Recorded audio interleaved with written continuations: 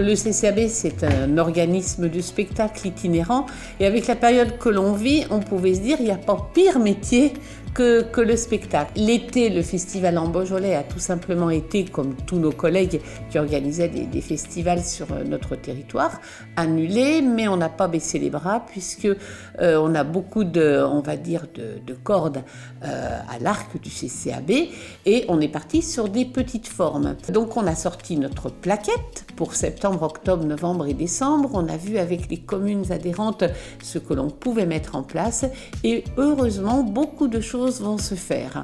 On va retrouver nos activités en milieu scolaire pour la plupart de nos communes qui le souhaitaient. Ça avait été mis en place avec les enseignants avant la rentrée, donc ça va partir du traditionnel atelier théâtre, c'est déjà parti, l'atelier de lecture à voix haute aussi dans les communes, un atelier Bugs, du numérique bien sûr, du cirque, de la musique, ainsi que des spectacles, ce qu'on appelle des petites formes, ça ne veut pas dire des petits spectacles, mais des petites formes qui peuvent avoir lieu dans les établissements scolaires face aux élèves. Alors on a de la marionnette, on a la reprise aussi de 2 de nos spectacles, un pour le jeune public qui s'appelle Drôle de bête, qui est joué par Émilie Durmarc et par moi-même, et puis aussi des lectures spectacles, un autre qui s'appelle aussi Drôle de dame, c'est vraiment des choses drôles que j'ai la joie d'interpréter aux côtés de Brigitte Louis-Grand et qui aura lieu aussi dans les communes.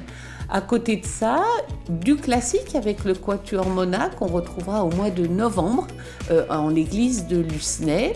Le concours d'éloquence qui aura lieu aussi à Belleville au théâtre. Et si les distances sont prises, toutes ces choses-là, en petit nombre, peuvent avoir lieu. Et pour nous, c'est vraiment une grande joie de retrouver le public. Donc, munissez-vous de notre plaquette et vous retrouverez tous ces rendez-vous.